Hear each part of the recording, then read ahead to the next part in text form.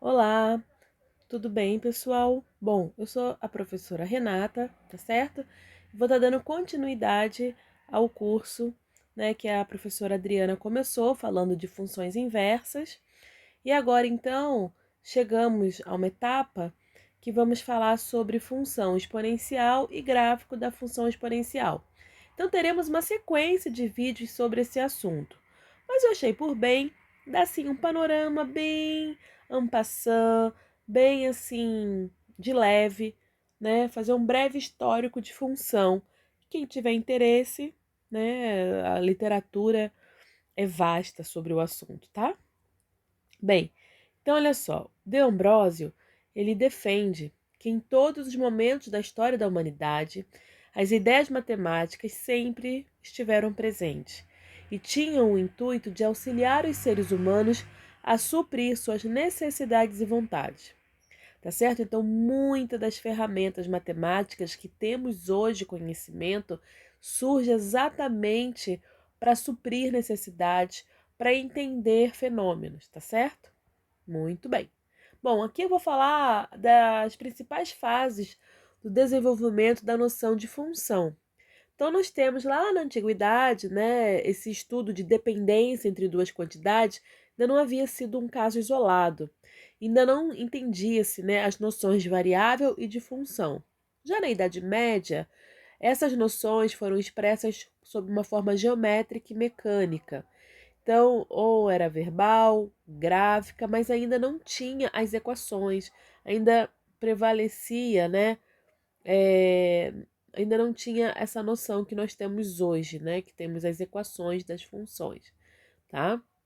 Bem, já no período moderno, a partir do século XVII, destaca-se aí alguns estudiosos: Galileu Galilei, Descartes, Newton e Leibniz. Bom, Galileu Galilei, né, ele contribui para a evolução da ideia de função, introduzindo um tratamento quantitativo nas representações gráficas, beleza?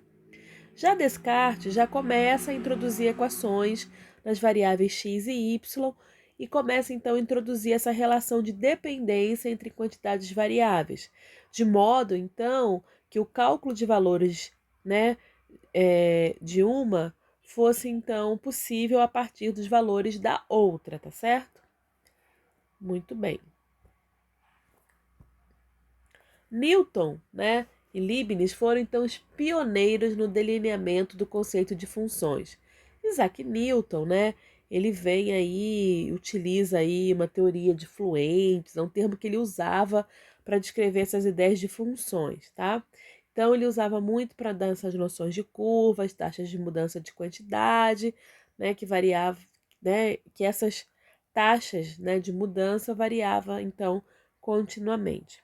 E ele expressava esses fluentes, né, já em termos de séries infinitas. Então, gente, quem tem interesse, busca na literatura. É muito bacana, tá? Já Leibniz, né, lá na década de 1670, ele utilizou pela primeira vez o termo função para se referir a certos segmentos de retas cujos comprimentos dependiam de retas relacionadas a curvas. Logo depois, esse termo foi usado para se referir à quantidade dependente ou às expressões. Então, aqui nós temos alguns dos pesquisadores, tá?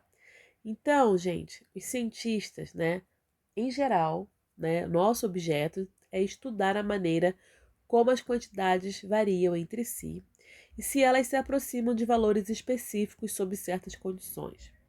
Então, os problemas, né, lá que ocupavam os matemáticos, né, que eu coloquei até as fotinhas aqui, né, em cada época, exerceram forte influência na elaboração do conceito de função. Então, nós temos aqui Aristóteles, na antiguidade, tinha uma preocupação em descrever mudanças e relações que ocorriam na natureza, de uma forma então qualitativa. Já Newton e Leibniz, né, essa visão quantitativa, ela muda, né? E aí os matemáticos começam então a se preocupar com problemas com funções bem comportadas, já as ditas funções contínuas e funções diferenciáveis. Então nós temos então agora, ao contrário lá, né, da ao contrário de Aristóteles, que era uma visão qualitativa, já com Newton e Leibniz nós temos uma função quantitativa, tá certo? Muito bem. Então, olha só, era essa necessidade, né, de estender a noção de função para além daquelas expressáveis analiticamente ou visualizáveis com recurso de um gráfico, surge na história com a polêmica gerada entre Euler, D'Alembert e Bernoulli. Então, aqui tem um problema da corda vibrante. Então, esse problema aqui, né, resulta então no estudo de várias das séries de Fourier, tá certo? Que então Dirichlet aperfeiçoa, tá?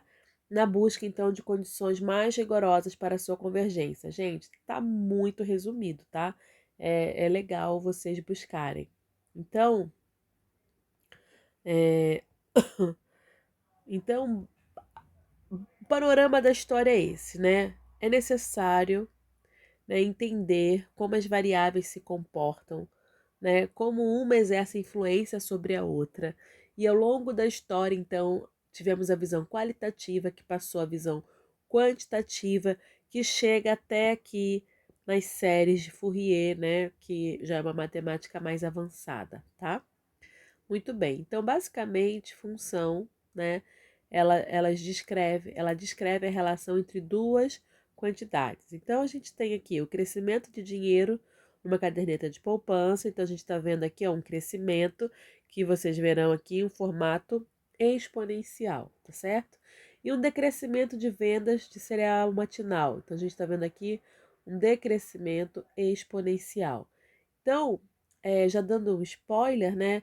Funções de crescimento e decrescimento é comumente, né, definidas utilizando a função exponencial, que vai ser objeto de estudo dos próximos vídeos, tá? Bom, por que estudar funções? Né? Simples, gente. Para encontrar relações entre quantidades, tá? Então, normalmente, os valores de uma variável frequentemente dependem dos valores de outra variável, tá certo? Então, aqui, né, o crescimento de dinheiro aqui, né, vai depender, então, dos anos que eu estou aplicando, né? Tem outras variáveis também, como taxa, como os juros aplicados, mas se eu estou lidando entre montante e anos, né? Então eu quero saber como está relacionado o montante do dinheiro em função dos anos, tá certo? Muito bem. Bom, então essa ferramenta quantitativa utilizada para descrever tais relações é o que chamamos de função, tá certo? Bom, então aqui, pessoal, é a bibliografia. Esse vídeo é bem curtinho. Eu, né, tenho ele um pouco melhor no curso 1, tá certo? Nível 1. E bora lá para o próximo vídeo.